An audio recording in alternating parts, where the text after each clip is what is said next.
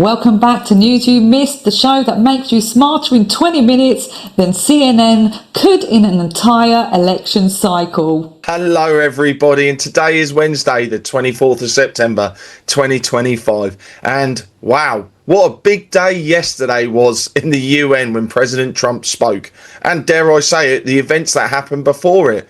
What else have we got going on? We've got super typhoons running around causing a muck. We've got presidents accusing each other, and dare I say it, Ukraine is definitely broke again and needs more money. Drew, what's your first story of the day? My first story is Melania Trump's Global Children's Initiative. At the UN, Melania Trump launched Fostering the Future Together, promoting AI, robotics and blockchain in education. The first summit is planned for 2026, a modern twist on her Be Best campaign. Critics ask if tech is really the answer. Well, Drew, we all know technology is here to stay. Dare I say it should be helping humanity. And we need the next generation to understand it as well, because blockchain technology is a new technology. It's exciting. It's going to be the internet of everything, dare I say. And it's wonderful to hear Melania, the First Lady, getting involved in it. My first story. President Trump has officially designated Antifa as a domestic terrorist organisation, citing a coordinated campaign of political violence against law enforcement and conservative figures. The move follows the assassination of activist Charlie Kirk, which Trump blamed on radical left violence. The executive order directs federal agencies to investigate and disrupt Antifa operations, labelling the group a militarist anarchist enterprise that uses intimidation and coercion to pursue political objectives. Next up, all flights at Copenhagen Airport have been suspended after multiple drone sightings near the runways. Hundreds of travellers are stranded, with flights diverted or cancelled. A growing aviation nightmare, drones disrupting airports across Europe, and no easy fix yet. I thought it was illegal. Well, do you know what's crazy, Drew? We're hearing about hacking, drones, you name it, going on at airports.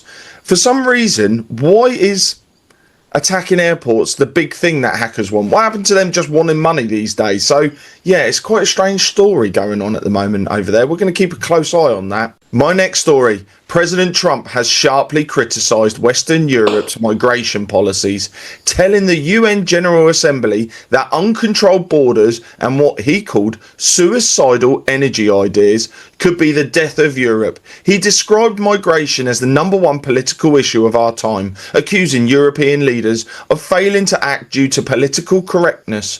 Trump said every nation must have the right to control its borders and warned that open border policies threaten both national security and cultural identity. What is the open border policy? Because all I can see is it's to destroy countries. There's no rational explanation for it. Next up, Trump slams climate change at the UN. Trump calls the climate change the greatest con job ever. He said countries moving away from fossil fuels will suffer economically. A rallying cry to his base and a bombshell to climate advocates worldwide. Drew, and he made an interesting comment as well in that speech, and I don't know if you've seen it. And he said, people are dying from heat deaths. Why can't they have access to cheap electricity to get them in aircon? And actually, he's flipping this argument on its head. No. We should be looking for cheap electricity to be able to keep the population safe and healthy. And I'm a big advocate for the climate change agenda is just a con job. It really is. Record amounts of ice have been recorded in Antarctica. That tells you straight away the sea level hasn't gone anywhere. So you've got to sit here and go, what's the real agenda behind it? And my next story, a US jury has convicted Ryan Wesley Routh, a pro-Ukraine activist, of attempting to assassinate Donald Trump during his 2024 re-election campaign. Prosecutors say Routh built a sniper's hide near Trump's Florida golf course, but fled after being spotted by a Secret Service agent. He was arrested with multiple phones and flight plans in his car. Routh now faces life in prison after being found guilty of attempted assassination, weapons charges, and more. The Justice Department called the attack an affront to the nation itself.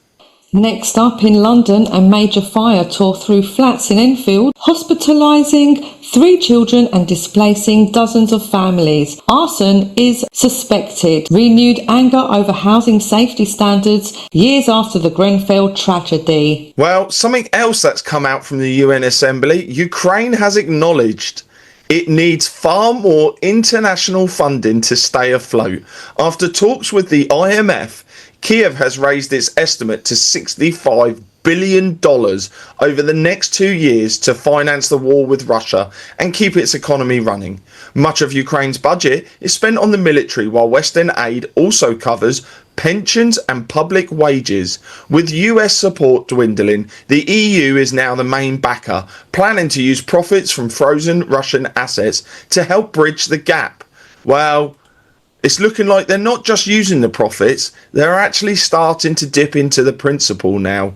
And I think when this war is over, Russia's going to have a lot of questions for Europe. Well, speaking about finance, the World Economic Forum warns of slower global growth in 2026. India faces new US tariffs, while the US and Europe risk stagnation. No recession warning yet, but turbulence ahead of the world economy. Drew, isn't that one an obvious one? I don't know about you, but my money's not going anywhere near as far as it used to. So I could have predicted that one just from what I'm buying from the supermarket. My next story. Super Typhoon Ragasa, the world's strongest storm this year, has killed at least 14 people in Taiwan, with over 120 still missing after heavy rains caused a barrier lake to burst. The storm has brought major Asian cities to a standstill, emptying streets in Hong Kong, cancelling hundreds of flights, shutting schools and emptying supermarket shelves.